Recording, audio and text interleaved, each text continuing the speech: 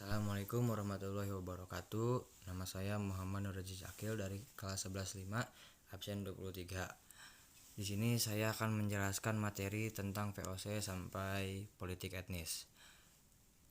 VOC pada tahun 1602 sampai 1800 adalah ambisi Belanda untuk menguasai rempah-rempah agar dapat bersaing dengan bangsa Eropa lainnya. Oleh sebab itu, Belanda mulai melancarkan ekspedisinya untuk mencari kepulauan rempah-rempah. Tujuan utama didirikannya VOC yaitu untuk menghindari persaingan antar pedagang Belanda, menghindari persaingan dengan pedagang Eropa lainnya. Usai menguasai dan memonopoli perdagangan rempah, tetapi VOC dalam perkembangannya bertindak seperti sebuah negara. VOC dijadikan sebagai wakil pemerintahan kerajaan di Indonoin. VOC memiliki hak istimewa atau disebut juga dengan hak oktroy, yaitu hak mencetak uang sendiri, hak memelihara angkatan perang, hak memerintah negara yang diduduki, hak melakukan perjanjian dengan raja, dan hak memonopoli perdagangan rempah. Pada tahun 1795, Prancis menyerbu Belanda.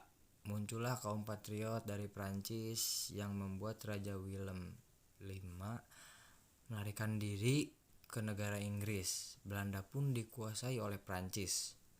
Lalu Prancis kemudian membuat pemerintahan bernama Republik Batab yang dipimpin oleh Louis Napoleon. Pemerintahan Indonesia pun di bawah kekuasaan Batab. Raja Willem V kemudian menyampaikan surat Kew yang berisi pemerintah Belanda menyerahkan ke Inggris, bukan Prancis. Inggris pun ke Indonesia dan mengambil daerah Padang, Aceh, dan Ambon, dan membuat angkatan Batab ingin mengambil semua daerah bekas VOC. Louis pemimpin Batab menunjuk Daendels pada tahun 1800 sampai 1811. Tugasnya yaitu mempertahankan Jawa, menghapus feodalisme, dan membuat berbagai kebijakan. Di antaranya ada kebijakan pertahanan, yaitu memperbanyak jumlah pasukan sampai 18.000 orang pribumi, membuat angkatan Legion Mangkunegara, dan membangun jalan raya Anyer sampai ke Panarukan.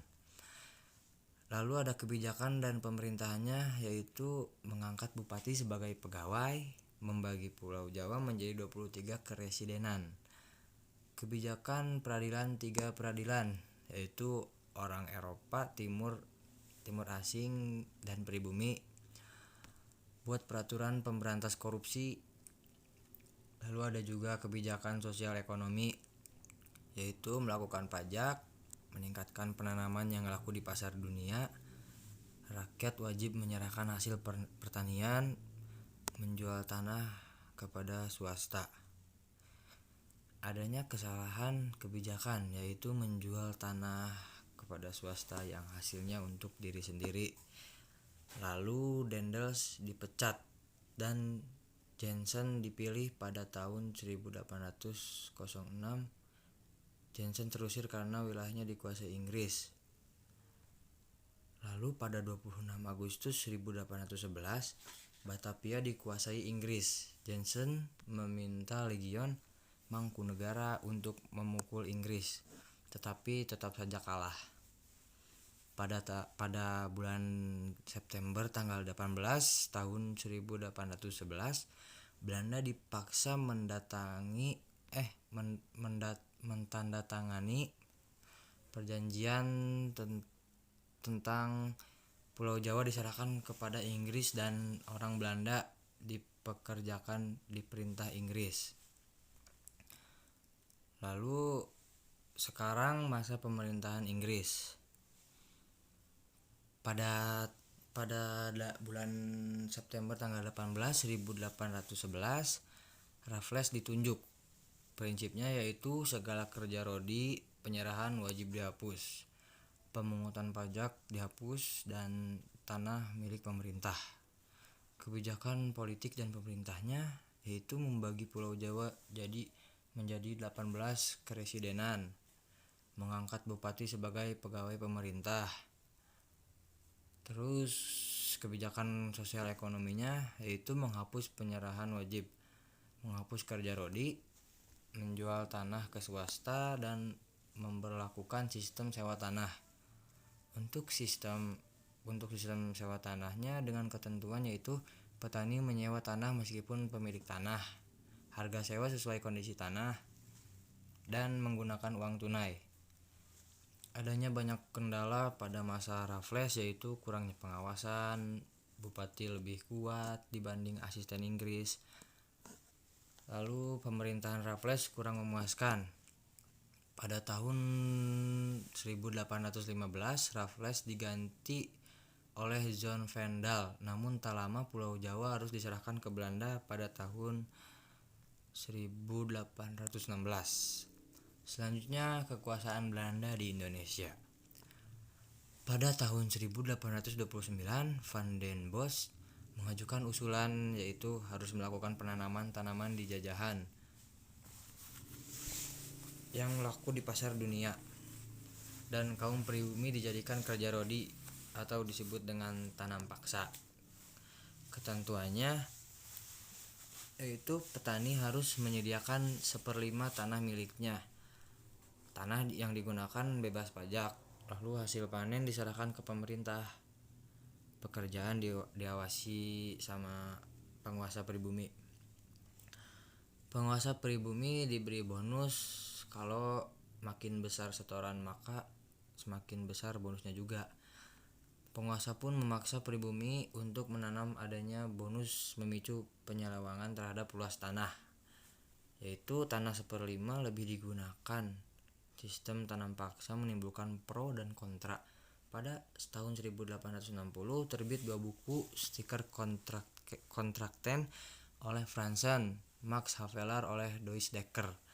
Sejak itu sistem tanam paksa mulai dihapus, diganti oleh sistem ekonomi liberal.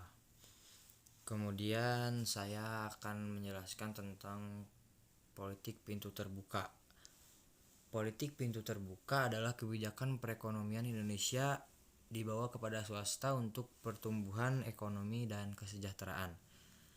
Kemudian kebijakan pintu terbuka yaitu sistem tanam paksa dihapuskan, ekonomi diserahkan kepada swasta, ditandai dikeluarkannya Undang-Undang Agraria dan Gula. Pelaksanaan pintu terbuka yaitu perkebunan tebu dan perkebunan tembakau. Adapun dampaknya yaitu memberi keuntungan kepada swasta, hasil-hasil mengalir ke negara Belanda. Dan yang terakhir adalah politik etis. Program politik etis yaitu edukasi sebagai pendidikan, imigrasi sebagai saluran irigasi, emigrasi sebagai perataan penduduk. Penyimpangan politik etis yaitu edukasi untuk tenaga kerja, irigasi untuk mengairi perkebunan, dan emigrasi untuk memenuhi tenaga kerja perkebunan. Dampaknya yaitu pembangunan sarana aktivitas pertanian dan pembangunan sarana transportasi.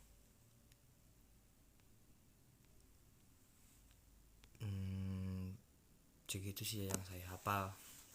Kurang lebihnya mohon maaf jika ada kesalahan tentang materi dari POC sampai pemerintahan etnis. Kurang lebihnya mohon maaf. Saya Muhammad Nur Aziz Akil dari kelas 11.5. Wassalamualaikum warahmatullahi wabarakatuh.